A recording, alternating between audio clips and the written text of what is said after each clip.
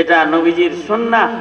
নবীজি শিখাইছেন যে সন্তান জন্মাইল ডান কানে আজান দাও, বাম কানে কাম দাও। আচ্ছা বলেন তো, যেই বাচ্চার কানে আজান দিতেছেন ও কি এগুলা আজান উচ্চারণ করার ক্ষমতা আছে? এই কালিমার ভিতরে কি লুকায় আছে এটা বোঝার যোগ্যতা কি ওর আছে? হ্যাঁ, ওর কি কোনো স্মরণ শক্তি আছে? আজান ইকামত যে কানে হইছে ওর খবর আছে কোনো?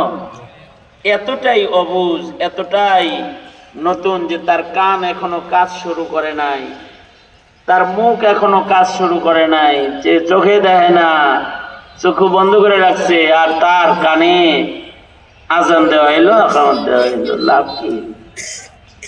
قال الحسن হাসান আল বসরি রাহমাতুল্লাহি আলাইহি বলেন, একদিক দিয়া মুসলমান সন্তানের ডান কানে আজান আর বাম কানে ইকামত দেওয়া কমপ্লিট হয়, আর অপর দিকে আল্লাহ তাআলা ভূমিষ্ঠ সন্তানের কলবের ভিতরে কালিমা তাইয়্যিবা লিখে দেয়, সিল মেরে দেয়, ঈমানের সিল মেরে দেয়। আওয়াজটা কানে গেছে, এর লেগা ঈমানের সিল পেয়ে গেছে। এ কারণেই দেখবেন সমাজে কিছু মুসলিম ঘরের জন্ম নেওয়া সন্তান আছে যারা ইসলাম বিদ্বেষী হয়, আজান বিদ্বেষী হয়, তাকবীর বিদ্বেষী হয়, তিলাওয়াত বিদ্বেষী হয়, তারা ওয়াজ নসিহত বিদ্বেষী হয়। আমার তো সন্দেহ লাগে এদের ব্যাপারে, মনে হয় এদের বাপ মা এদের কানে আজান দেয় নাই, ইকামত দেয় নাই। ঠিক তাছাড়া আজানের ধ্বনিকে বেশ্যার ধ্বনি বলছে না, নাউজুবিল্লাহ বলেন। এত খারাপ লাগে কেন ওর কাছে? আসলে ওর কানে আজান দেয় নাই, ওর কানে ইকামত দেয় নাই, ওর কানে অন্য কোনো আওয়াজ আগে গেছে।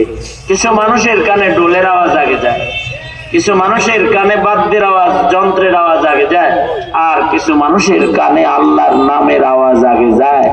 যাদের কানে আল্লাহর নামের আওয়াজ যায় তাদের কলবের ভিতরে ঈমানের সিল অঙ্কন করে দেন কে? যারা আওয়াজ করে বলেন, কে দেয় অঙ্কন করে?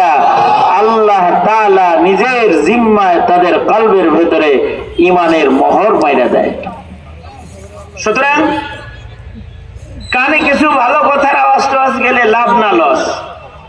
এই কারণে ওয়াজ নসিহতের আওয়াজ মুমিনের কানে গেলে লাভ না লস। যারা ওয়াজ নসিহত শোনে তাদের ঈমানের তেজ ধার বেড়ে যায়, তাদের ইবাদত করার যোগ্যতা এসে যায়, তাদের গুনাহ থেকে বাঁচার যোগ্যতা এসে যায়, তাদের ভেতরে ঈমানি জজবাত তাদের চাইতে অনেক বেশি হয়।